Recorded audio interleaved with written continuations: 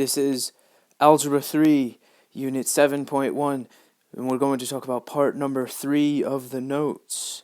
And this is the statistics portion of notes. We're talking about the standard normal distribution, z-tables, finding probabilities underneath a normal bell curve. Okay, that's where we left off right there. We are able to use a z-table to find different probabilities. What we're going to talk about this time is how to use a graphing calculator instead of the z-table. We can use technology to solve these problems. It's probably going to make things a little bit easier for you. When using a graphing calculator to find normal areas, there are 4 different inputs into the function normal CDF. And by 4 inputs, I mean an upper limit, a lower limit, the mean, mu, and the standard deviation, sigma. Okay, 4 different things you need to put into the calculator in order to solve a problem. Another thing I want to point out is that CDF stands for cumulative distribution function. There's going to be 2 different functions in the calculator. One is going to be normal PDF, the other is going to be normal CDF. We want the one that's cumulative, meaning it adds things up. So here is our big formula or function for the calculator. So use CDF because it's the cumulative area underneath the curve.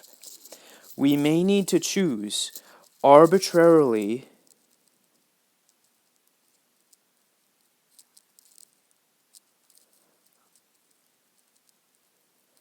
high and low values to incorporate every single part of the area underneath the curve, meaning the things that get way into the tails. You'll see much better what we're talking about with an example here. Use a graphing calculator to find the area underneath the normal curve for z is greater than -2. First of all, it's a z-score, which means we are using a normal bell curve that's standardized, and that indicates the mean has to be 0. And then the standard deviation is 1. So if z is -2, that's going to be 2 standard deviations down. Z equals -2. And we have to now decide which area are we looking for, to the left of the z-score or to the right. And because it says z is greater than -2, we need all the values that are above that score.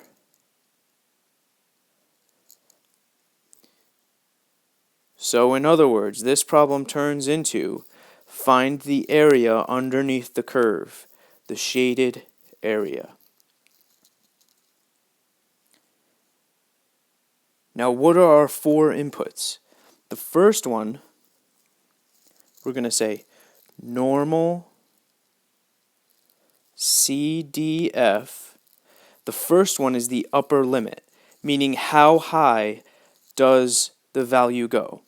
And this is where our next important concept is going to come in. You can imagine that this upper limit goes on forever, and that's going to be towards positive infinity. That's the number of z-scores past the mean, or number of standard deviations. So the upper limit is going to be,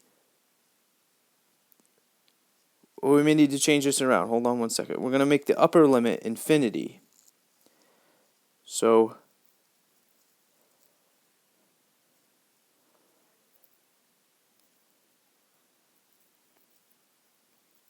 There we go. We got to change that to lower and then upper.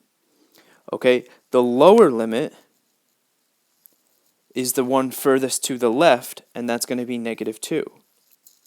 The mean is 0, and the standard deviation is 1. So we've got 1, 2, 3, 4 inputs. The problem is we can't put infinity into the graphing calculator. So we need to pick an arbitrarily high number, like say 1,000.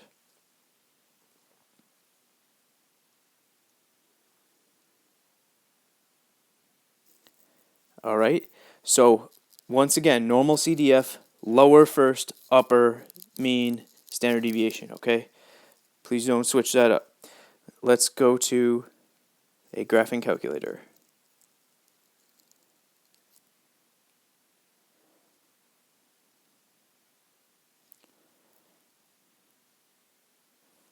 All right, now, in order to find the normal function, it's a distribution. So in the blue letters, we're going to press second, and then it says above the vars, it says distributions. And right there is the first two. The first one is normal PDF. The second one is normal CDF. We want the cumulative distribution function. Now, when you hit enter on that function, it says -1 times 10 to the 99th power. That, in other words, in graphing calculator language, means a really, really negative number, like -infinity. But we don't want that. Our left bound is -2. The upper one, we need a really big number. So I could put 1,000, or I could put 1,000,000, or something like that. So let's stick to 1,000. The mean is 0, the standard deviation is 1, and then we're going to press enter on paste. And there it is. That's the exact same setup as our normal CDF in the notes. And I'm going to press enter. And I get an answer of 0.9772. So we'll leave it at 4 decimal places. We'll be really accurate.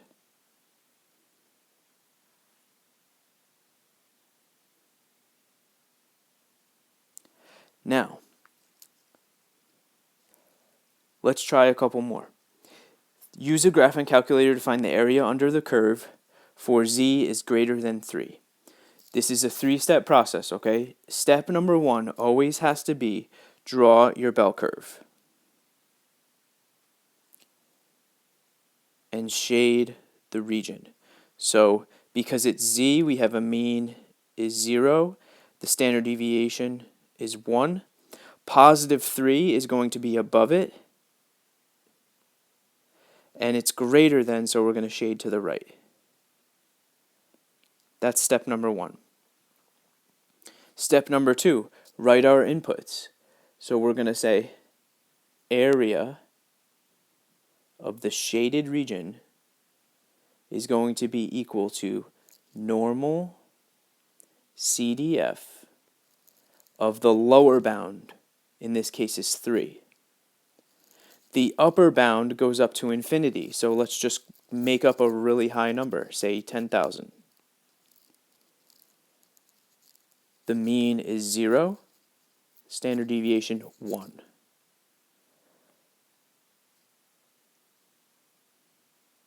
So that's step number 2, come up with your inputs, and then step number 3, go to the calculator. Second, distributions, normal CDF of +3 up to whatever large number you pick. This time I did 10,000, 0, 1, enter. And you can see that's a very, very small area. That's why we need to use 3 or 4 even decimal places. It makes perfect sense, because if we are over 3 standard deviations to the right, it's going to be a very small percentage. Again, think about height of people. in a population. If the standard deviation is a foot, then there's going to be, and the mean is, say, 5 foot tall, there's going to be virtually nobody that is 7'6" or 8 feet tall. Very, very small percentage. This would be less than 1%.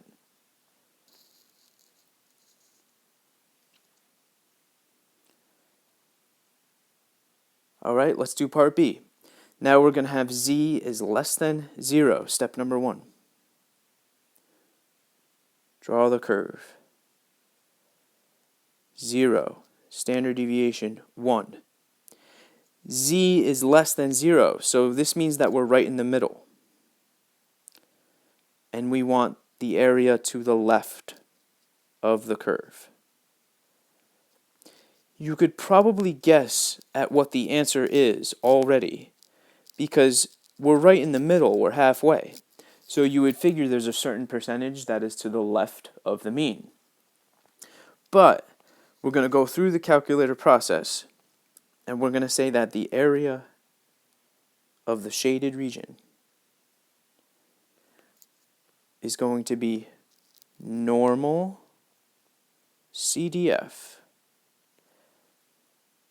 But now we need a lower bound. So notice that we go all the way this way towards negative infinity. So we need an arbitrary, really big negative number. And I'm going to pick negative 1,000. The upper limit is now 0. The mean 0, standard deviation 1. So let's put that into the calculator and see what we get. Make sure it's negative 1,000, 0, 0, 1. And if you've guessed the answer, we should get exactly 50%. And there it is. See how it's a very, very small rounding error, that 5 at the end. But that's only because I used 1,000 instead of, say, negative 1 million. So this is going to be 0.5.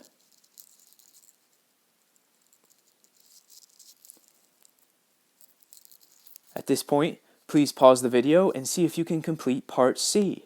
Notice that we're going to go from negative 2 to positive 2, so we don't have any arbitrarily low or arbitrarily big numbers here. It's just from negative 2 to positive 2.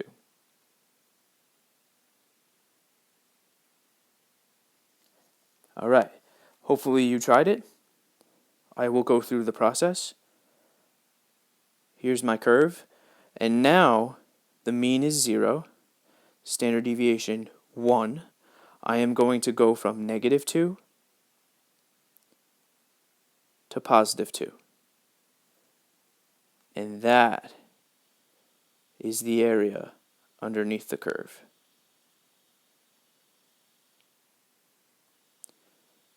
Normal CDF from negative 2 to positive 2 with mean 0, standard deviation 1.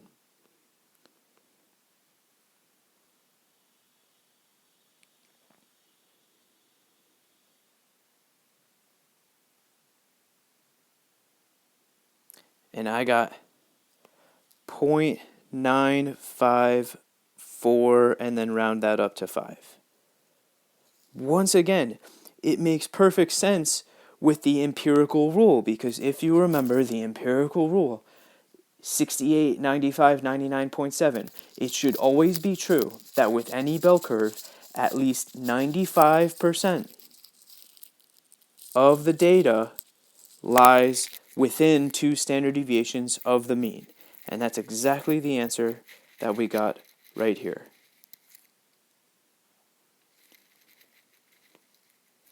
Please comment on this video in order to earn credit, and then have a nice day.